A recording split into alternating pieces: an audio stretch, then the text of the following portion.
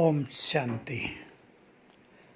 हम सभी godly student जिनको स्वयं ज्ञान सागर ने टीचर बनकर पढ़ाया, इसलिए हम सभी ज्ञान के भंडार बन गए। सरल शब्दों में यूं कहें कि कुछ भी जानना शेष नहीं रहा। लोग तो खोज करते आए, मैं कौन, भगवान कौन, ये दुनिया क्या, कैसे रची गई, किसने रची, क्यों, कब, कहाँ। हमें सब प्रश्नों का उत्तर मिल गया। एक अथाह ज्ञान, अनंत ज्ञान जिसे कहें, जो अब तक किसी को प्राप्त ही नहीं था, वो शिव बाबा ने आकर हम सबको प्रदान किया। तो संपूर्ण ज्ञान हमारे पास है। ये एक पहलू है कि ज्ञान लेकर हम ज्ञान के भंडार बन गए हों, लेकिन दूसरा पहलू है कि उसी ज्ञान को हमने अपने जीवन में धारण कर लिया हो, स्वरूप बन गए हों। ये दूसरी इम्पोर्टेंट चीज़ है। और तीसरा एस्पेक्ट है कि उस ज्ञान को हम देखकर, यूज करके उसे बल बना लें, लाइट बना लें, उसे अपना शस्त्र बना लें। जब भी विघ्न और समस्याएं आए तो उसे यूज करके हम सहज ही उनसे पार हो जाएं, तो एक बहुत बड़ा बल हो गया ज्ञान का।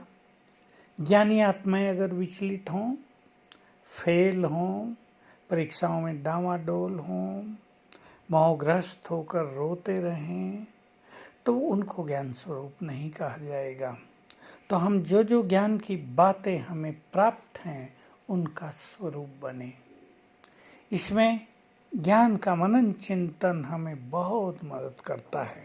ज्ञान का स्वरूप वही बन पाते हैं जो ज्ञान का मनन चिंतन करते हैं। मनन चिंतन का पहला अर्थ होता है उसे स्मृति में रखना। दूसरा, कैसे, कहाँ, कब उसे यूज किया जाए, इस पे विचार करना। मान लो ड्रामा का ज्ञान है, बहुत सुंदर ज्ञान हमें दिया, बड़ा गुह्य ज्ञान है, पर हम अपने पुरुषार्थ में ये तय कर लें कि जब मेरे पास ये परीक्षा आएगी तो ज्ञान की और ड्रामा की ये पॉइंट मैं यूज करूँगी। मेरा तन बीमार हो जाता है तो मैं ये पॉइंट यूज करूँगी। कोई बड़ी समस्या आ जाती है, मन पे टेंशन रहने लगता है, व्यर्थ संकल्प बहुत चलते हैं, तब हम ड्रामा की ये बात यूज करेंगे, ऐसा पक्का करते हैं। तो इससे क्या होगा, 2-4 बार जैसे ही हम यूज करेंगे तो हमें आदत पड़ जाएगी और वो ज्ञान हमारा शस्त्र बन जाएगा माया को परास्त करने का।